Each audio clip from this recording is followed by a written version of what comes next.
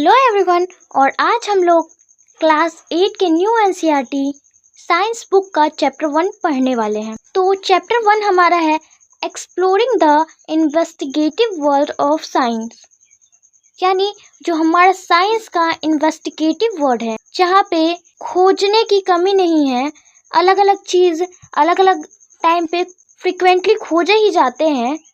उस वर्ल्ड को, साइंस के वर्ल्ड को एक्सप्लोर करते हैं, जहाँ पे कई तरह की डिस्कवरीज होती हैं, इन्वेंशंस होते हैं। तो चलिए शुरू करते हैं। देखिए चैप्टर के स्टार्टिंग में ही प्रॉप एंड पॉन्डर है, तो इसको देख लेते हैं। Dear young scientist, welcome back on the first page of each chapter you will find a set of questions, यानी हमारा वेलकम किया जा रहा है।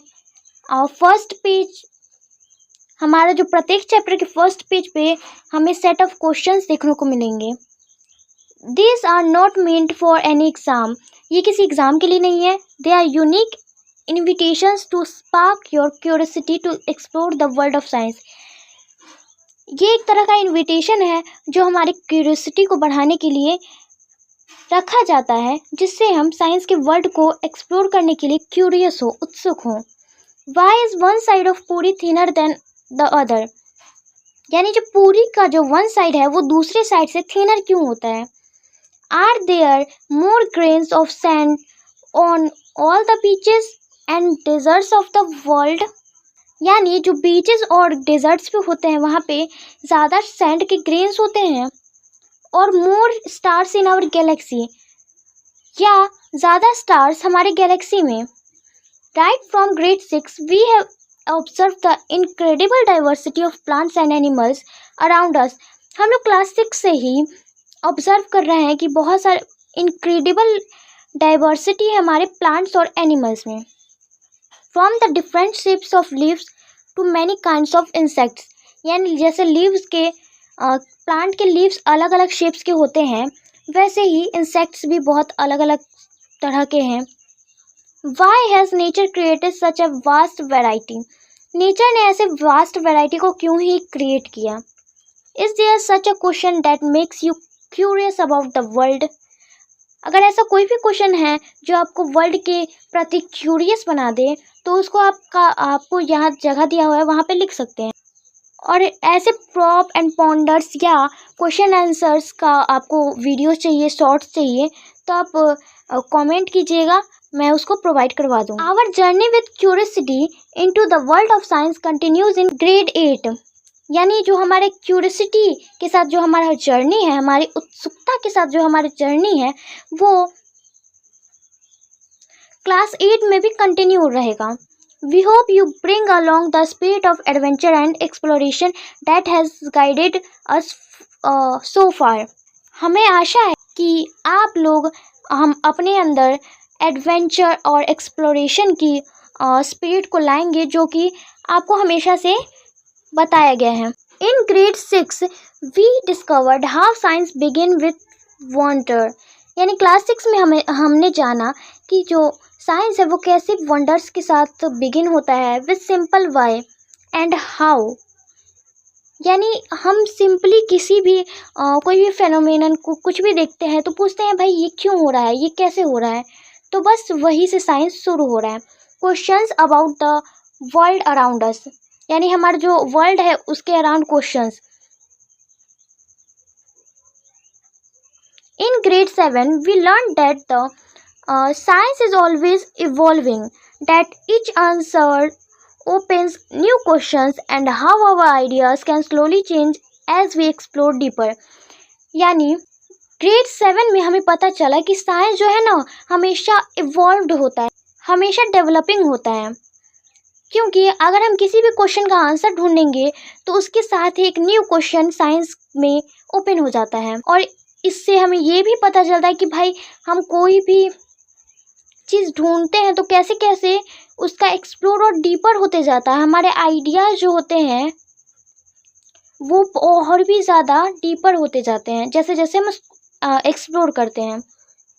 Now in grade 8 we take the next step.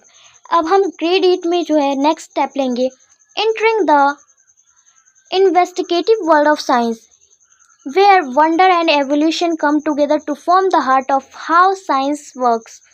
यहाँ पे वंडर और एवोल्यूशन एक साथ आएंगे ताकि वो जो साइंस का जो है वो हार्ट फॉर्म कर पाए, वो एक साथ काम करेंगे. We don't want you to just learn new facts, we want you to learn how to find new facts. हमें बस आपको नए फैक्ट्स को सिखाना नहीं है. हम ये नहीं चाहते कि बस आप नए फैक्ट्स सीखो. हम ये भी चाहते हैं कि आप नए फैक्ट्स को खोजना सीखो, ढूंढना सीखो. Investigation in science means more than just looking at something and asking only simple questions. यानी जो साइंस में जो पूछताछ होती है, यानी जो साइंस का इन्वेस्टिगेशन है वो बहुत ही ज़्यादा है. यानी साइंस का इन्वेस्टिगेशन बस यहाँ तक सीमित नहीं है कि भाई किसी चीज़ को तुम देखो और उसके बारे में सिंपल क्वेश्चन पूछो. वो उससे भी कहीं अधिक बड़ा है. Now you can ask more focused questions and design ways to perhaps do simple experiments to answer those questions and then use your observations to improve your understanding. अब आप इनसे ऊपर ज़्यादा फोकस्ड क्वेश्चंस पूछ सकते हैं. आप तरीके ढूंढ सकते हैं सिंपल एक्सपेरिमेंट्स करने के और उन क्वेश्चंस के आंसर ढूंढ सकते हैं और इन्हीं ऑब्जर्वेशंस को आप यूज़ करके अपने अंडरस्टैंडिंग को इम्प्रूव कर सकते हैं. Step by step we will learn how to use questions as starting points to try to observe carefully. अब हम देखेंगे कैसे हम क्वेश्चंस को यूज़ करके उनको हम अपना स्टार्टिंग पॉइंट बना लें किसी भी ऑब्जर्वेशन को देखने के लिए, किसी भी फेनोमेनन को ऑब्जर्व करने के लिए, अपने क्वेश्चंस का आंसर पाने के लिए. Experiment thoughtfully and explain clearly what we see. और हम उन्हीं क्वेश्चंस को स्टार्टिंग पॉइंट मान के हम ऑब्जर्व कर सकते हैं, एक्सपेरिमेंट कर सकते हैं थॉटफुली और एक्सप्लेन कर सकते हैं कि हमने क्या देखा, ये क्यों हुआ. In doing so, each of you won't just be learners but also investigators, young scientists, exploring real world puzzles. ये करने में सिर्फ आप लर्नर्स नहीं होंगे, इसके साथ साथ आप इन्वेस्टिगेटर्स होंगे, यंग साइंटिस्ट होंगे जो कि रियल वर्ल्ड के पजल्स को एक्सप्लोर कर रहे होंगे. These may range from everyday life like why does dough rise. आप यहाँ से भी स्टार्ट कर सकते हैं कि भाई जो आटा जो गूंथते हैं रोटी बनाने के लिए वो राइस क्यों हो जाता है, बड़ा क्यों हो जाता है, फुल क्यों जाता है. तो the bigger mysteries of earth and beyond like is the world getting warmer. Means आप आटे से शुरू कर सकते हो अपना क्वेश्चन और वर्ल्ड के बिगेस्ट मिस्ट्रीज को भी सॉल्व कर सकते हो अगर आप में ऐसा विल पावर आ गया तो. जैसे हमारा जो वर्ल्ड है वो धीरे धीरे और वार्मर क्यों होता जा रहा है. As you turn each page of this book we hope you notice the interesting design of our page numbers once again. यानी अब जैसे जैसे इस पेज को एक एक पेज को पलटोगे तो हमें ये आशा रहेगी कि आप हमारे पेजेस जो हैं उनमें इंटरेस्टिंग डिज़ाइन देखें, हमारे पेज नंबर लिखने का तरीका देखें एक बार. On the left hand pages at the bottom you will find the image of a root symbolizing the deep solid foundation of knowledge that keeps us connected to our environment, traditions and our cultural and natural heritage. Left hand के bottom side पे जो page numbers होंगे उसमें आप देखोगे एक root का image जो कि deep solid foundation of knowledge को सिंबलाइज करता है, जो कि हमें हमारे इन्वायरमेंट, ट्रेडिशंस और कल्चर और नेचुरल हेरिटेज से कनेक्टेड रखता है. On the right hand pages in the top corner you will find a kite soaring in the sky reminding us that curiosity must take flight if we are to explore the unknown. वहीं right side के pages जो हैं वहाँ के ऊपर side पे आप पाओगे कि एक काइट है जो आसमान में उड़ रहा है, जो कि हमें ये याद दिलाता है कि जो क्यूरियोसिटी होता है वो भी उड़ना चाहिए, फ्लाइट उसको भी लेना चाहिए अगर हम एक्सप्लोर कर रहे हैं अननोन चीज़ों को. तो Together, these two symbols, the root and the kite, invite you to stay grounded in real observations while allowing your ideas to soar towards new horizons. यानी ये दो चीज़ यानी रूट्स और काइट्स जो है हमें इनवाइट करते हैं जिससे कि हम अपने रियल ऑब्जर्वेशंस को देखें, उन्हें एक्सप्लोर करें और इसके साथ साथ हमारे आइडियाज़ को अलाउ करती है कि हम नई सीमाओं को छुएं. Remember, investigation in science works best only when we balance the solid ground of careful observation with the freedom of creative thinking. यानी साइंस में जो इन्वेस्टिगेशन होती है वो बेस्ट तभी काम करेगी जब हम बैलेंस करेंगे. क्या बैलेंस करेंगे? Careful observation of solid ground और हमारे जो सोचने की क्रिएटिविटी है, उसको सोचने की आज़ादी है, उसको हम बैलेंस करेंगे तब. Will also notice some patterns in the lines at the bottom of the page. There are some hidden scientific thoughts in this as well. यानी आप लोग नीचे के साइड में ये कुछ पैटर्न ऑब्जर्व करोगे, इसमें भी कुछ हिडन साइंटिफिक थॉट्स हैं. But don't worry, they are mainly to make the page a little less boring. लेकिन चिंता की कोई बात नहीं है, ये सिर्फ पेजेस को लेस बोरिंग यानी कम बोरिंग बनाने के लिए है. Let us now take a brief look at the various stops on our journey this year and see where our curiosity, supported by strong roots and lifted by soaring ideas, might take us. यानी अब हम एक brief look लेंगे जहाँ पे आपको इस साल की जो जर्नी है उसके वेरियस स्टॉप्स दिखेंगे. यहाँ पे आपको दिखेगा कि कैसे हमारे स्ट्रॉन्ग रूट्स और आइडियाज़ जो हैं वो हमारी क्यूरियोसिटी को बढ़ाएंगे. तो चलिए देखते हैं. This year our investigative adventure will take us on a journey from the tiny microbes we can't see to planet-wide challenges that we can't ignore. यानी इस साल हमारे जो इन्वेस्टिगेटिव एडवेंचर है उसमें हम जर्नी देखेंगे टीनी माइक्रोब्स की, जिनको हम देख तो नहीं सकते बट इनको इग्नोर भी नहीं किया जा सकता क्योंकि ये काफ़ी नुकसानदायक कभी कभी साबित होते हैं. We will start by examining something as small as a single drop of water and uncover a hidden world of tiny organisms unseen but deeply linked to us. यानी पहले तो हम स्टार्टिंग करेंगे एक small single drop of water से. यानी किसी भी चीज़ का शुरुआत हम करेंगे एक सिंगल ड्रॉप ऑफ वाटर की तरह और फिर धीरे धीरे उसको अनकवर करेंगे. Some of these are invisible helpers. इनमें से जो कुछ है वो इनविजिबल हेल्पर्स हैं that help us to digest our food और प्रोड्यूस मेडिसिन, जो कि हमारी हेल्प करते हैं हमारे फूड डाइजेस्ट करने में या मेडिसिन बनाने में. While others can be harmful causing infections. और जो दूसरे हैं वो हार्मफुल भी हो सकते हैं, इन्फेक्शन भी कर सकते हैं. But what does our body need to stay healthy. लेकिन हमारा बॉडी को जो है हेल्दी रहने की ज़रूरत क्या है? How do we fight this infections.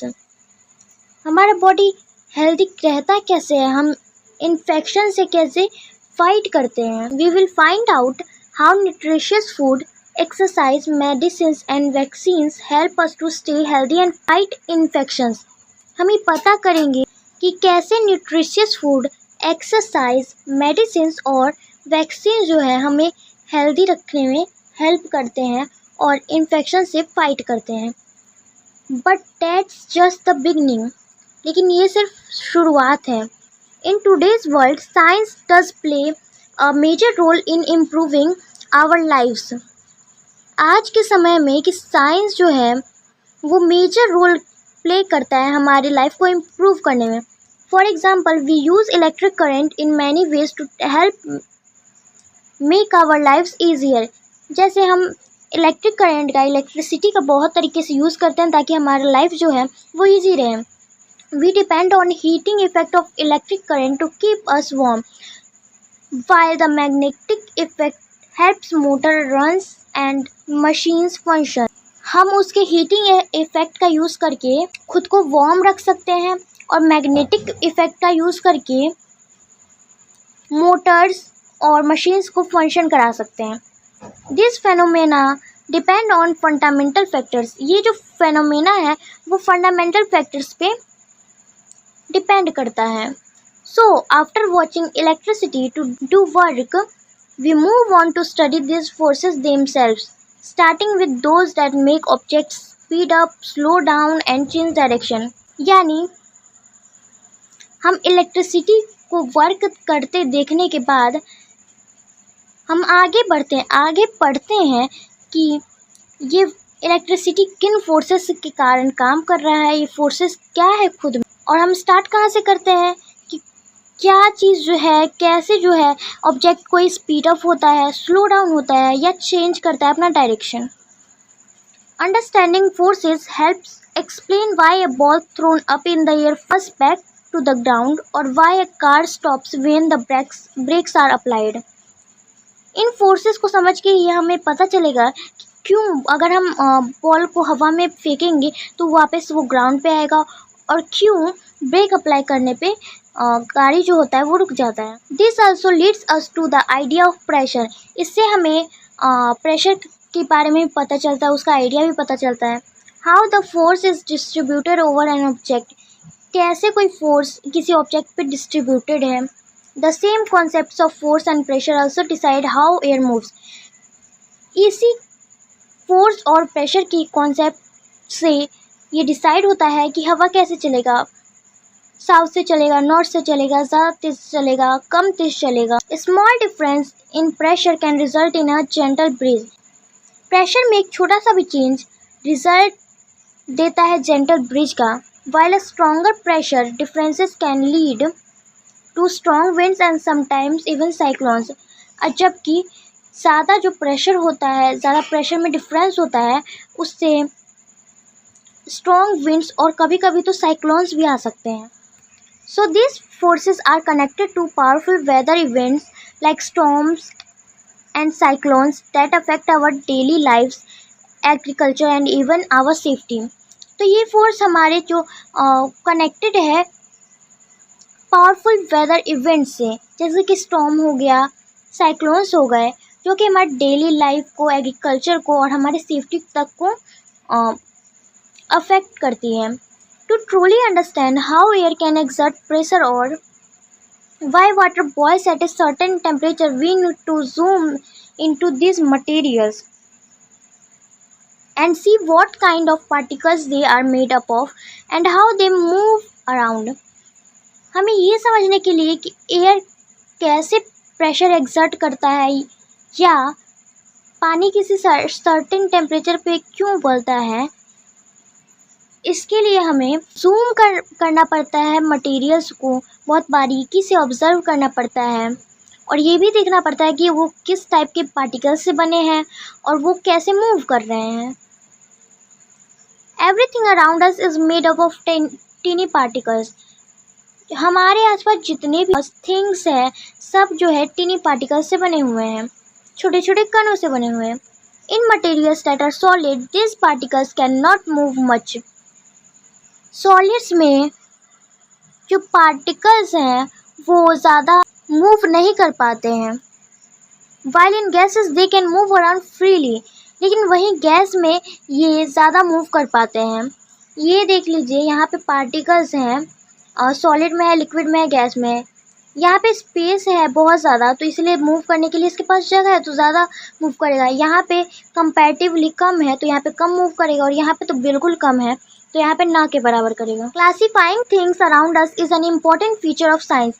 हमारे आसपास की चीज़ों को क्लासीफाई करना साइंस का बहुत ही इम्पॉर्टेंट फीचर है।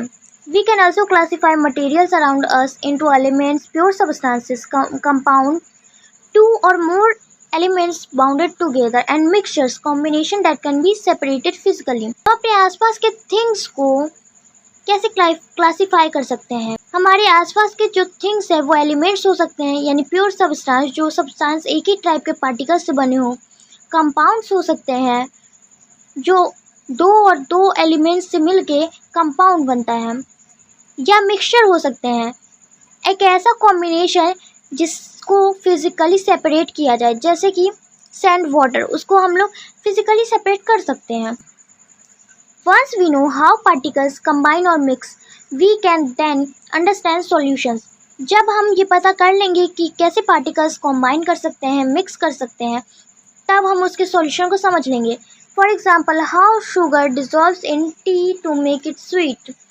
जैसे चीनी कैसे घुलता है चाय में और उसको स्वीट कैसे बनाते हैं।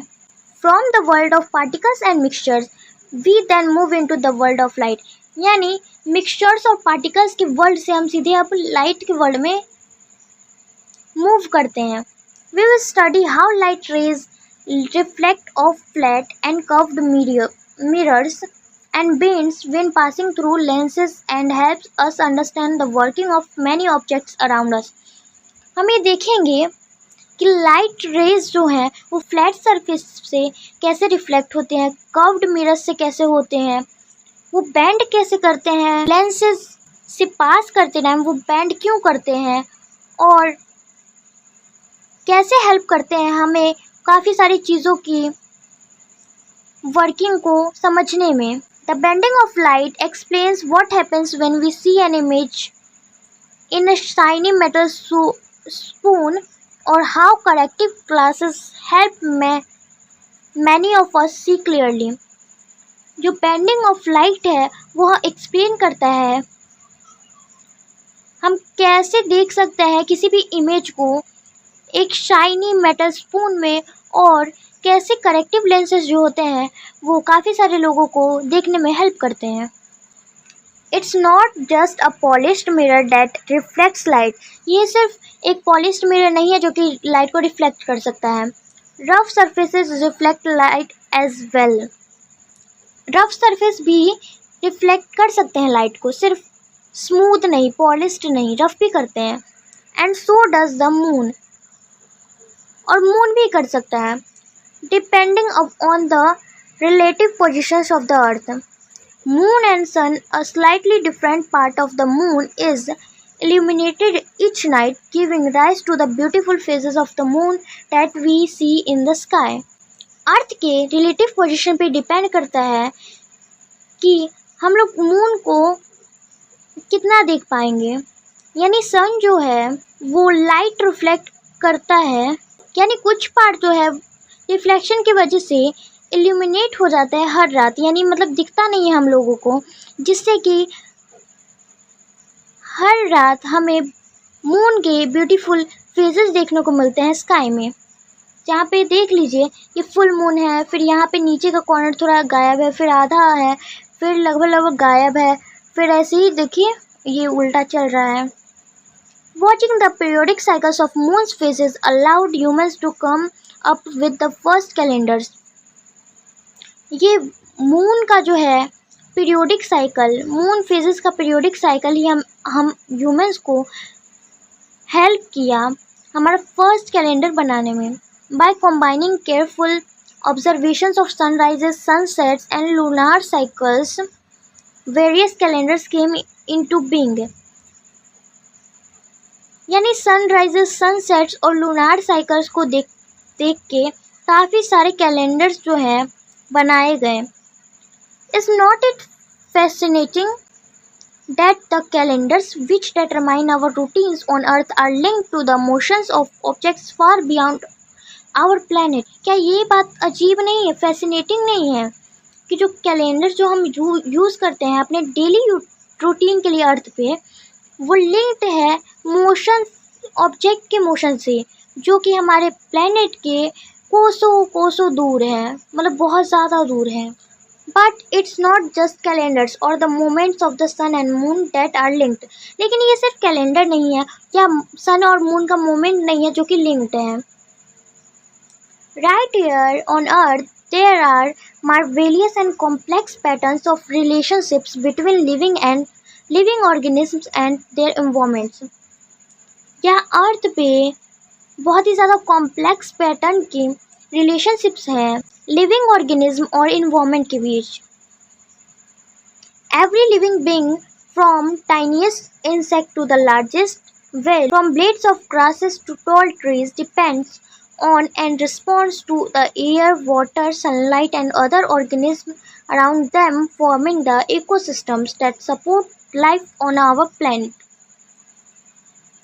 यानी इस अर्थ पे छोटे से छोटा इंसेक्ट से लेकर के लार्जेस्ट जो व्हेल है, फिर घास की ब्लेड्स यानी पत्तियों से लेकर के जो लंबा ट्री है, सब डिपेंड करते हैं और रिस्पॉन्ड करते हैं एयर, वाटर, सनलाइट और अदर ऑर्गेनिज्म जो उनके सराउंडिंग में हैं और इकोसिस्टम का फॉर्मेशन करते हैं, जो कि हमारे लाइफ को सपोर्ट करता है हमारे इस प्लेनेट पे.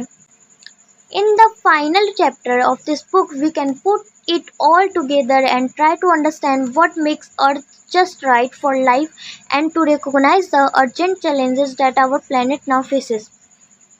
यानी इसके फाइनल चैप्टर में, इस बुक के फाइनल चैप्टर में हमने इन सारी चीज़ों को एक साथ रखा है, समझने की कोशिश की है सिर्फ अर्थ पे ही लाइफ क्यों है और ये जो धीरे धीरे अर्थ इतने सारे प्रॉब्लम्स फेस कर रहा है ह्यूमन के अनवाइज एक्शंस के कारण, तो उसको हम कैसे पहचान सकते हैं, उसको हम कैसे ठीक कर सकते हैं, वो सभी देखेंगे. Most importantly, the earth lies at the perfect distance from the sun where water remains liquid and it's has an atmosphere that provides the oxygen we breathe while shielding us from full ultraviolet rays.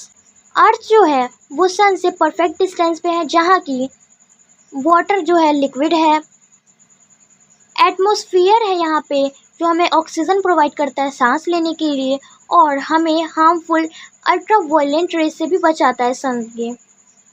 But human activities on the planet can cause small changes in the temperature of the earth, disturbing climate patterns with dangerous consequences. लेकिन human का जो activity है वो planet पे small changes temperature पे कर सकता है, जो कि क्लाइमेट पैटर्न्स को डिस्टर्ब करेगा और डेंजरस कॉन्सिक्वेंसेस यानी डेंजरस परिणाम हम लोग को देखने पड़ेंगे. At the heart of both of the problem and any possible solution is us. यानी जितने भी प्रॉब्लम है वो भी हम ही लोग के कारण हो रहा है, लेकिन उसका सॉल्यूशन भी हम ही लोग हैं. We are the ones influencing Earth's climate. हम ही लोग जो हैं वो अर्थ के क्लाइमेट को इन्फ्लुएंस करते हैं, कर सकते हैं. But we are also the ones who can and must use science to understand these changes and guide our actions. लेकिन हमें लोग वो इंसान हैं कि हम कर सकते हैं और हमें करना भी चाहिए. क्या करना चाहिए? साइंस के हेल्प से चेंजेस को समझना चाहिए और हमारे एक्शंस को सुधारना चाहिए ताकि ये प्लेनेट बच सके. The same scientific principles that we have guided our journey through the middle stages, observing, measuring, experimenting, will be a key in helping us to protect the delicate balance on which life depends. ये जो पहले बताया गया है जो scientific principles, observing, measuring, experimenting, यही चीज़ों से हम अपने अर्थ को बचा सकते हैं, वहाँ पे बैलेंस फिर से ला सकते हैं, क्योंकि अर्थ ही है, उस पर लाइफ डिपेंड करता है और कोई प्लैनेट पे हम नहीं जी सकते हैं. The challenges ahead won't always be easy. जो चैलेंजेस है वो हमेशा ईजी नहीं होंगे. We hope some of You will try to solve these difficult problems with curiosity as your guide. हमें आशा है कि आप में से कुछ लोग इन डिफ़िकल्ट प्रॉब्लम्स को सॉर्ट करने में सहायता करेंगे. To help you think like a scientist, let us go back to a question we asked on the first page. Why is one side of puri thinner than other? हमें scientist की तरह सोचने में help करने के लिए ये हमें पहले फर्स्ट पेज के फर्स्ट क्वेश्चन पे जाना पड़ेगा, जो कि क्वेश्चन था कि पूरी एक साइड पे थिनर क्यों होते हैं दूसरा साइड के comparatively. Firstly remember that science is everywhere. पहले ये समझो कि साइंस है हर जगह है. You don't need a fancy laboratory to do simple experiments. तुम्हें फैंसी लेबोरेटरी की ज़रूरत नहीं है सिंपल एक्सपेरिमेंट्स को करने के लिए.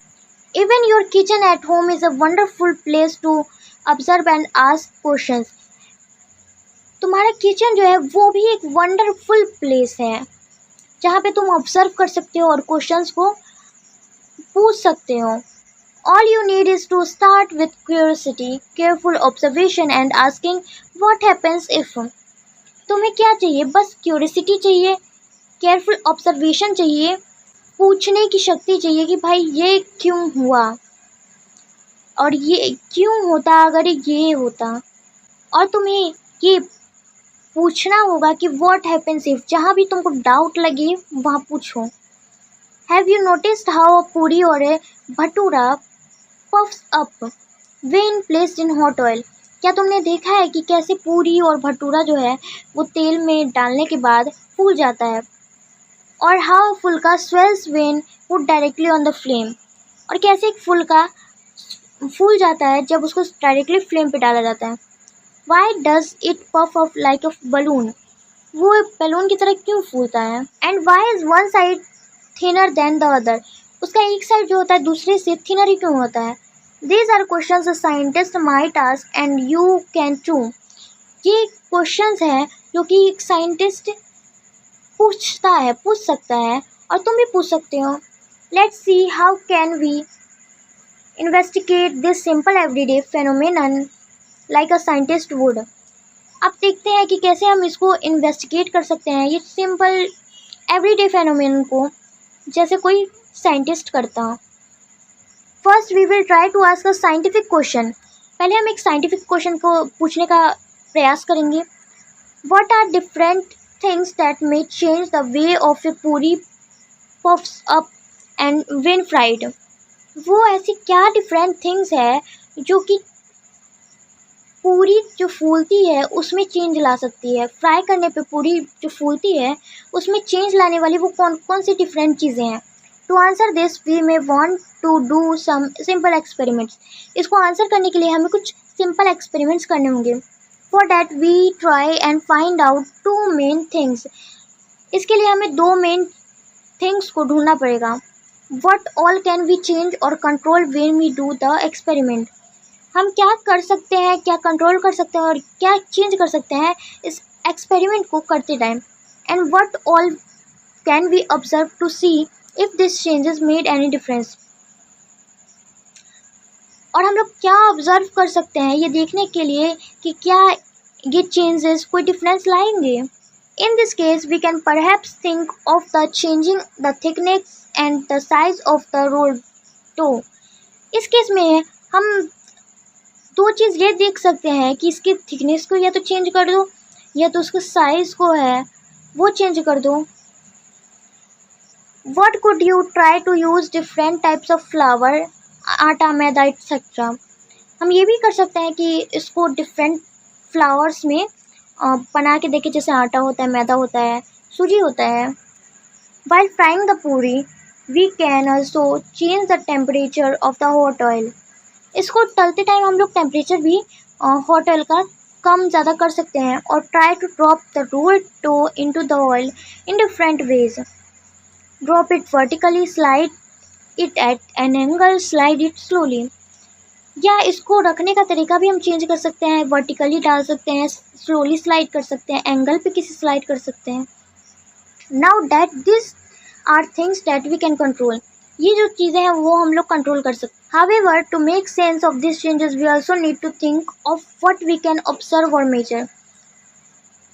इन चीज़ों का सेंस निकालने के लिए हमें ये भी देखना होगा कि हम मेज़र क्या कर रहे हैं, हम ऑब्ज़र्व वहाँ क्या कर रहे हैं। Some of these may have just yes no answers। In some cases there might be a number we can measure। इनमें से कुछ क्वेश्चन का सीधे येस नो आंसर दे सकते हैं, बट काफ़ी लंबा चौड़ा भी आंसर हो सकता है। Maybe we can start by checking whether the puri puffs up, yes और no.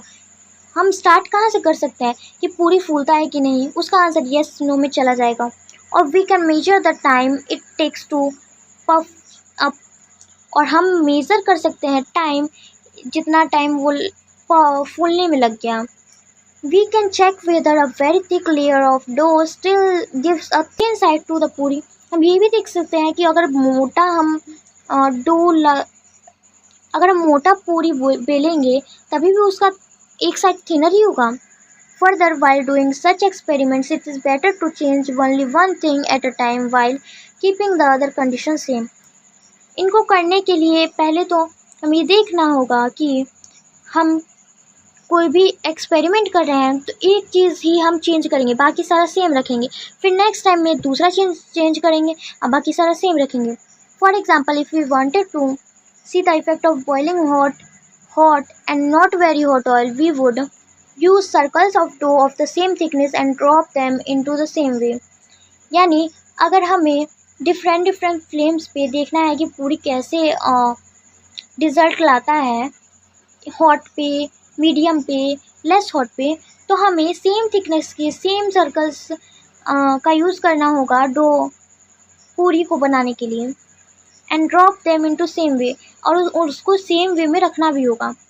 It is also good idea to keep notes of everything that you see and sense when doing an experiment. ये ज़्यादा अच्छा होगा कि आप notes बनाएं उस time करते टाइम कि आपने क्या देखा, क्या हुआ, कैसे हुआ एक्सपेरिमेंट में। Did the oil splatter, smell और स्मोक, क्या जो ऑयल था वो फैला या स्मेल किया या धुआं आया उसमें से। And after doing one round of experiments, you may think of more questions. एक राउंड एक्सपेरिमेंट का करने के बाद आप लोग दूसरा भी क्वेश्चन सोच सकते हैं। Do puris puff better when made fresh और from stored dough? Puris puff ज़्यादा कब होंगे, जब वो फ्रेश बनेंगे तब, या स्टोर करके रखे गए डो के बाद में बनाने पर? What happens if I prick a hole in पूरी before frying? ऐसा क्या होगा जब अगर मैं पूरी के बीच में एक होल कर दूं तलने से जस्ट पहले? This is exactly how all scientific experiments from simple to the most complicated are done. ऐसे ही तरीके से जो जितने भी साइंटिफिक एक्सपेरिमेंट्स होते हैं वो सिंपल से लेकर के कॉम्प्लिकेटेड लेवल पे किए जाते हैं। This is the idea of systematic investigation. ये सिस्टमेटिक इन्वेस्टिगेशन का आइडिया है। And just so you know, even this simple everyday observation of a puri swelling is not really completely understood by scientist today. और इसे आप करके ये समझ सकते हैं कि जो सिंपल एवरीडे ऑब्जर्वेशन होते हैं जैसे पूरी का फूलना, ये भी कम्प्लीटली साइंटिस्ट के द्वारा अभी तक ऑब्जर्व नहीं किया गया है, अभी तक वो जाना नहीं गया है, इन्वेस्टिगेट नहीं किया गया है। So whether it is swelling of a puri or the shrinking bright part of the moon after Purnima, let your careful observations guide you along your explorations into the investigate world of science. यानी पूरी के फूलने से लेकर के जो moon का shrinking part है, श्रिंकिंग ब्राइट पार्ट है पूर्णिमा के बाद का, उन सब को केयरफुल ऑब्जर्वेशंस की ज़रूरत होती है। और यहाँ पे लास्ट में हम लोग को विशेष दिया हुआ है हैप्पी इन्वेस्टिगेटिंग। तो ये चैप्टर ख़त्म हो गया है। आगे के चैप्टर्स का भी बहुत जल्दी वीडियो आएगा